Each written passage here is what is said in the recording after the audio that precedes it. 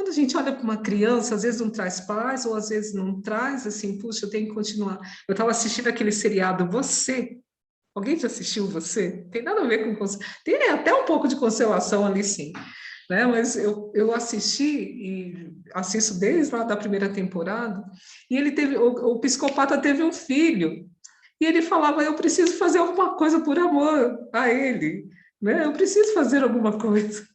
E às vezes, gente, até uma doação, às vezes até isso é um sinal de amor. Né? Se estamos vivos aqui, é porque tem um significado, né? Atrás do significado da nossa vida tem amor. Senão não estaríamos aqui, não é? Tudo bem? Se eu estiver sendo invasiva, Vani, você me fala, tá? Mas e aí, para onde a gente olhava? O assunto agora é para onde a gente olhava quando era criança. Sabe por que eu pergunto isso? Porque às vezes alguma coisa na nossa vida repete.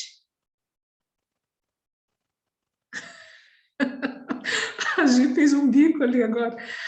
Às vezes alguma coisa na nossa vida repete, porque a gente continua olhando ou querendo salvar alguém lá que a gente queria salvar na nossa infância.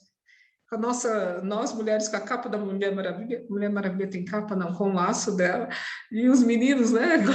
A gente queria salvar, a gente queria tirar, a gente queria protestar, a gente queria tirar alguém da vida, queria intrometer em algum relacionamento.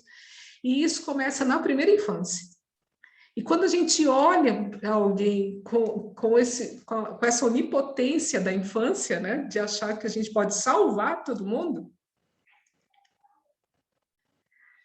a gente, entendeu? A gente acaba comprometendo com pessoas grandes e aquilo torna-se um peso na nossa vida. Se eu olho para o papai... Oi? Oi, Gi. Posso dar um exemplo que veio assim forte, que é o trabalho. Quantas vezes, não sei vocês, assim, o colega de trabalho está com problema, está sendo injustiçado, aí você perde o emprego, mas não perde o amigo, assim. Eu já passei tanto por isso, gente, não sei. Você quer salvar, você fica, meu Deus, a pessoa está passando por isso, não é você, né, as injustiças. Sim, lógico, sim. ixi. Nós chamamos isso de um sentimento adotado, né? A gente adota a dor do outro como se fosse nossa. E também como se a gente olha para esse amigo como se ele não tivesse capacidade de lidar com aquilo da maneira dele. E nós, quando somos crianças, nós temos esse amor cego e queremos também protestar, fazer uma justiça, né? A gente está conversando aqui, se vocês tiverem alguma, né, não precisa compartilhar se não quiserem, mas pode ser que a gente tenha esse comportamento também, né? E isso muitas vezes vai para o nosso inconsciente e gera um sintoma, e que muitas vezes a gente não percebe de onde é esse sintoma. A nossa consciência tenta conversar com o inconsciente, que sabe de todas as coisas, mas aí não consegue. E aí tem o nosso corpo no meio do caminho tentando trazer aí um significado para aquilo que está no inconsciente. E às vezes as crianças, por exemplo, começam a adoecer quando vão para a escola, ou tem muita dificuldade nos aprendizados, porque a essência dela está ligada a algo que para ela é muito grande, e ela não consegue se concentrar na escola muitas vezes. É no trabalho, e assim também nos relacionamentos, depois a gente não fica inteiro para poder cuidar do que é nosso, porque a gente, lá no inconsciente, está cuidando de algo que é do outro, e é de gente grande, e a gente não lembra que as pessoas que são grandes no nosso sistema, que são todos que vieram antes de nós, têm capacidade de lidar com o que é dele. E aí a gente não se liberta para poder cuidar 100% do que é nosso e fica preso. E sabe o que muitas vezes acontece na adolescência? Nós ficamos com raiva dessas pessoas que nós fizemos essa promessa inconsciente de cuidar a vida inteira. Porque gera um peso. Imagina você carregando a sua mãe, indo para a escola, carregando ela, indo para o trabalho, carregando ela, indo namorar, carregando ela, indo transar, carregando a mãe. Um exemplo. Ou carregando o irmão, ou carregando aquele que foi abortado, ou carregando o ódio que eu tenho do meu pai ou da minha mãe. Ou fugindo, né? Como se fôssemos assim. Eu estou exagerando no exemplo, mas como se fôssemos as pessoas têm alucinação de perseguição, né? Sempre fugindo daquele que a gente odeia, né? E como que é ir para a escola fugindo? Como é ir para o namoro fugindo? Ir para o trabalho fugindo? Percebe? Fica muito pesado, fica neurótico, causa doenças físicas, causa doença mental, causa incapacidade de não concluir as coisas, muitas vezes.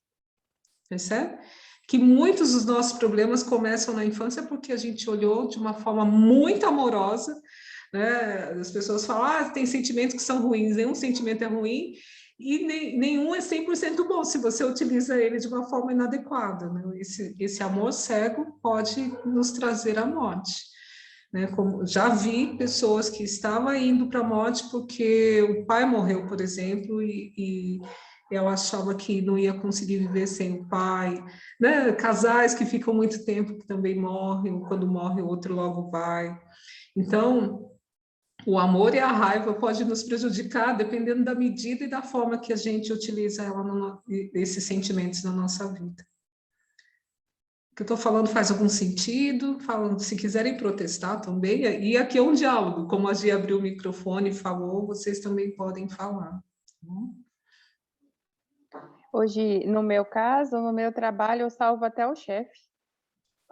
Aí, quando ela falou, você às vezes salva gente grande, não só os pais, os avós, os irmãos que vieram antes, mas também o chefe. Ai, que louca. Não quer sentir dor, né?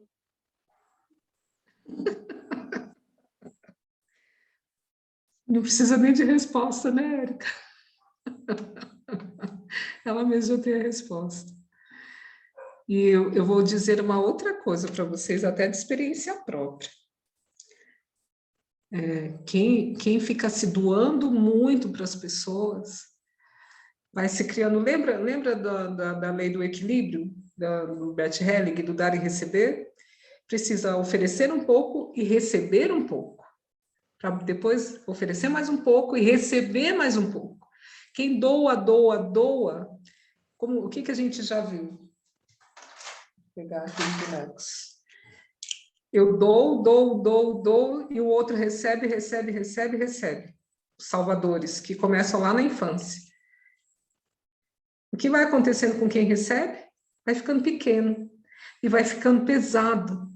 Aí vai querer ficar perto dessa pessoa que toda vez que vem oferece alguma coisa, sendo que já está saciado e não precisa de mais nada. O que essa pessoa faz? Vai embora. Porque fica pesado demais, não dá para ficar só recebendo. E essa pessoa fica como? Sozinha.